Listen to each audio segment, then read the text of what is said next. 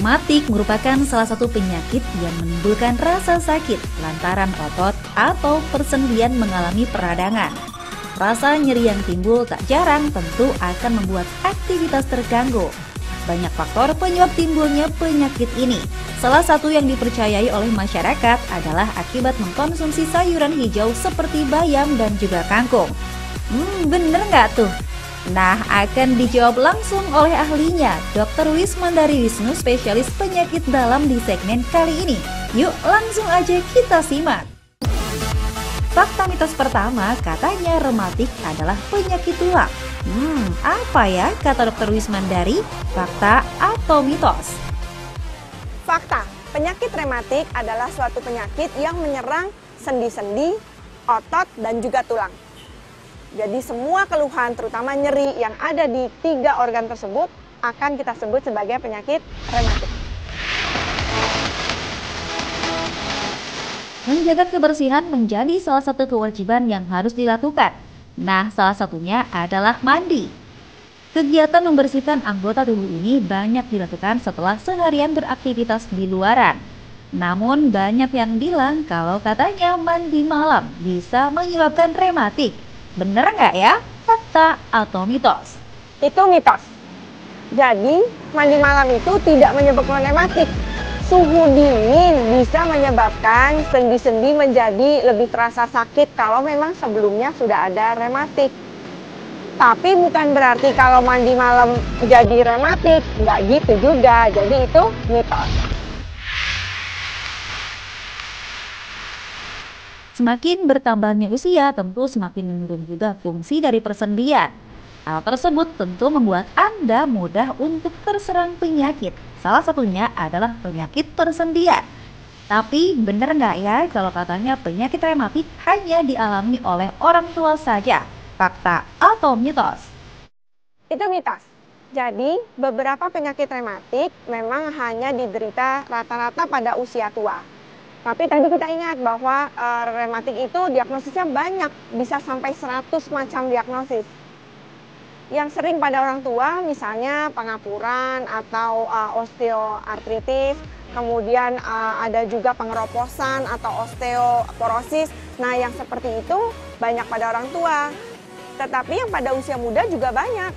Misalnya penyakit yang kita sebut sebagai rheumatoid arthritis. Nah, itu pada usia muda. Atau juga pada misalnya sakit lupus, itu juga banyaknya pada wanita usia muda. Jadi tidak selalu usia tua. Demi menjaga kesehatan, mengkonsumsi makanan sehat seperti buah dan sayuran serta berolahraga rutin tentu akan dilakukan. Tapi hati-hati, alih-alih ingin punya tubuh sehat justru malah menyebabkan penyakit. Salah satunya adalah mengkonsumsi bayam dan juga kangkung. Banyak yang bilang sayuran hijau ini dapat menyebabkan rematik. Fakta atau mitos? Itu fakta. Jadi, kalau orang yang sudah mengalami sakit rematik yang disebabkan karena asam urat yang tinggi, nah kalau dia makan banyak sayur-sayuran hijau, terutama kangkung, bayam, asam uratnya menjadi lebih tinggi, sehingga bisa menyebabkan nyeri sendinya semakin terasa. Fakta mitos selanjutnya, katanya sakit tulang pada malam hari tanda dari gejala rematik. Bener nggak tuh? Yuk tanya lagi pada Dr. Wismandari, itu fakta atau mitos? Itu fakta. Pada beberapa sakit rematik, kalau malam hari, suhunya kan menjadi lebih rendah, jadi lebih dingin. Nah, seperti yang tadi saya katakan, jadi kalau pada orang-orang yang sudah ada rematik, itu kalau suhunya rendah atau lebih dingin, itu nyeri sendinya lebih terasa. Sehingga kalau dikatakan malam hari itu nyeri-nyeri sendinya atau yang rematik menjadi lebih sakit, ya benar juga.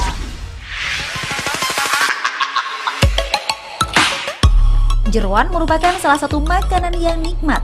Diolah dengan cara digulai atau disup, cita rasanya pasti menggugah selera Anda. Tapi hati-hati bagi Anda pecinta jeroan. Karena katanya penyakit rematik disebabkan akibat makan jeroan. Ayo, mending dibatasi ya makannya, jangan sampai Anda tak bisa menikmati jeroan sama sekali. Itu fakta atau mitos? Itu fakta. Jadi pada orang-orang yang dengan penyakit rematik sebelumnya, terutama penyakit yang karena asam urat, itu kalau dia makan jeroan, itu mengandung purin yang tinggi. Sehingga itu akan mengakibatkan asam urat di dalam tubuhnya menjadi meningkat. Kalau asam uratnya meningkat, ya jadinya nyerinya tambah hebat.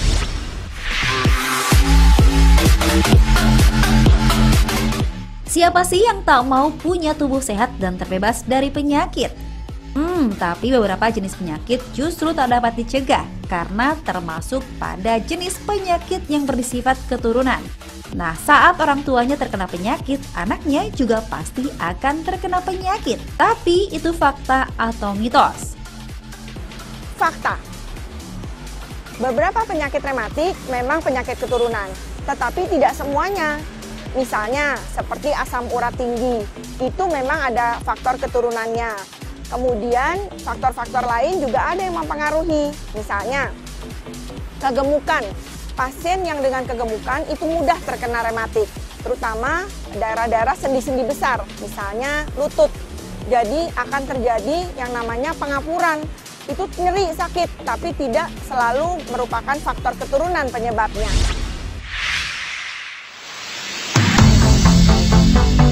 Bagi Anda calon ibu muda, sebaiknya Anda menjaga pola makan karena apa yang kamu makan akan berpengaruh pada pertumbuhan janin. Selain itu, agar ibunya tetap sehat dan terhindar dari berbagai penyakit, salah satunya adalah rematik. Karena katanya ibu hamil dan menyusui rentan terkena penyakit rematik. Fakta atau mitos? Fakta. Jadi, kalau wanita tersebut yang sedang hamil memang sudah memiliki sakit rematik sebelumnya, kalau saat dia hamil, penyakit rematiknya menjadi bisa lebih berat lagi. Contohnya, orang yang sudah dengan diagnosis SLE sebelumnya. Pada saat dia hamil, penyakit SLE-nya menjadi lebih berat, sehingga nyeri-nyeri sendi di tubuhnya bisa menjadi semakin nyeri. Ada juga yang disebabkan karena perubahan pada berat badannya. Orang hamil tentu akan meningkat berat badannya ya, bisa sampai 20 kilo bahkan kan. Nah, pada saat itu akan terjadi beban di sendi-sendi lutut terutama itu menjadi lebih berat. Sakitnya jadi akan terasa lebih berat. Lalu, apa yang harus dilakukan supaya kita terhindar dari penyakit rematik? Nah, simak dulu tipsnya dari Dr. Wismandari Wisnu berikut ini. Tips untuk para penyandang yang sudah didiagnosis sebagai rematik. Yang pertama, usahakan kalau memang sudah gemuk, ya turunkan berat badan. Kalau belum gemuk, ya kita usahakan jangan sampai gemuk gitu ya. Karena tadi kita bilang kalau udah gemuk jadi kambuh rematiknya. Kemudian yang kedua, kalau memang sudah didiagnosis rematiknya karena asam urat yang tinggi, sebaiknya jangan makan makanan yang banyak mengandung asam urat. Misalnya dengan jeroan, kemudian seafood, nah itu banyak mengandung purin sehingga asam uratnya tinggi. Jadi itu usahakan sejarang mungkin. Kemudian jika memang harus mandi malamnya ya nggak apa-apa, tapi usahakan pakai air hangat.